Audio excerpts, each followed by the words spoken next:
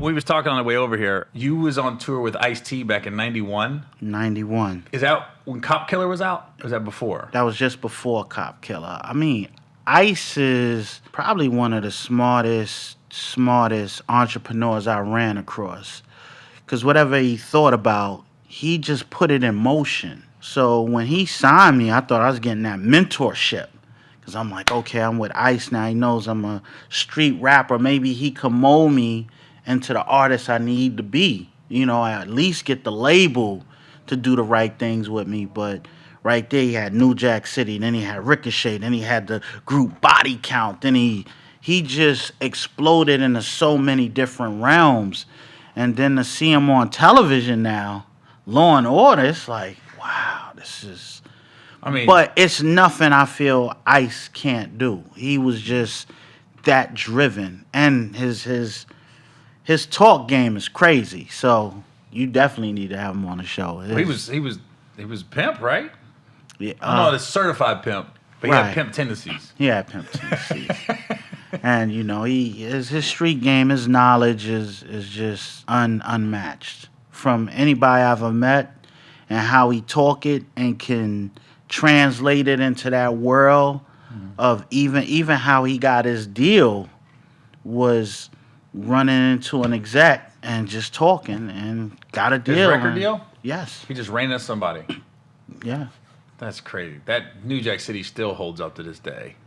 New Comes Jack on, you City, just get hype.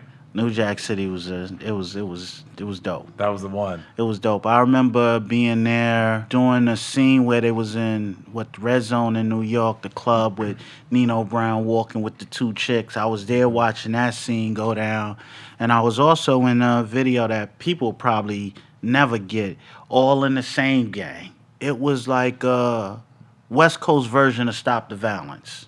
Mm-hmm. We all in the same gang. And he filmed his part in New York, and I was walking on the side of him in the video.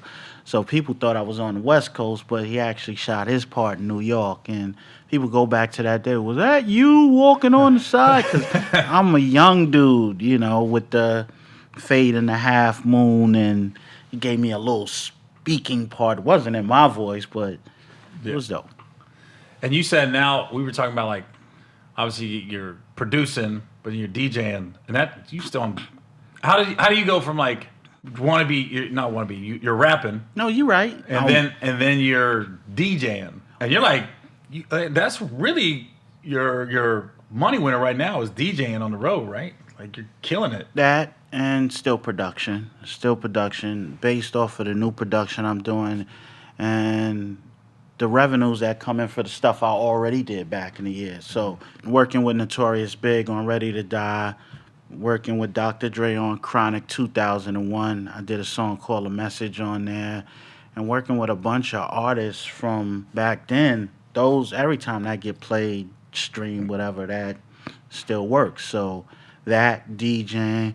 But DJing is something that I always wanted to do from a child. Because DJs was the superheroes growing up. Before rappers was you had Grandmaster Flash, Grand Wizard Theodore. I mean, we going back, Kool Herc.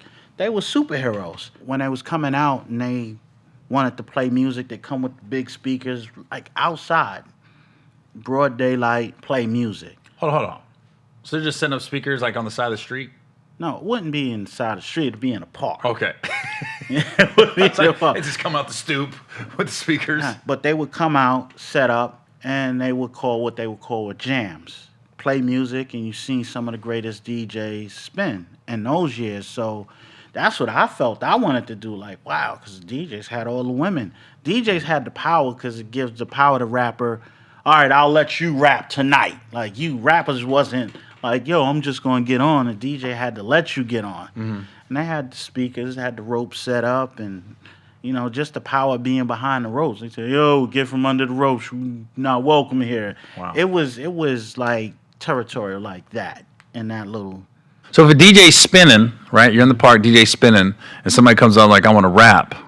Now, does they come with their own beats, or they just freestyle rap and the music stops? No, the DJ would have to spin for them. Now, how you gonna know what the music is? Hey, You just gotta work it I out. have to be ready for Dang. any, like, that's like somebody calling you and putting you on the spot in the club. Hey, Gary, oh, we got Gary, bring Gary up here. Yeah. And you got to be ready right there and then. Yeah. So whatever routine or whatever you had in your head, you got to be ready right there. So they coming up, they're just freestyling basically. Right. In the middle of the park. Right. And whatever It's like, beat he comes up with. as a rapper, you waiting. If you call me tonight, I'm ready. The downside is if he don't call you tonight, you waited all night. Yeah. And then your friend said, what happened? Why I ain't let you on? Oh, he was fronting on me. You know, you get that. But, yeah, it's just being on ready at any given time.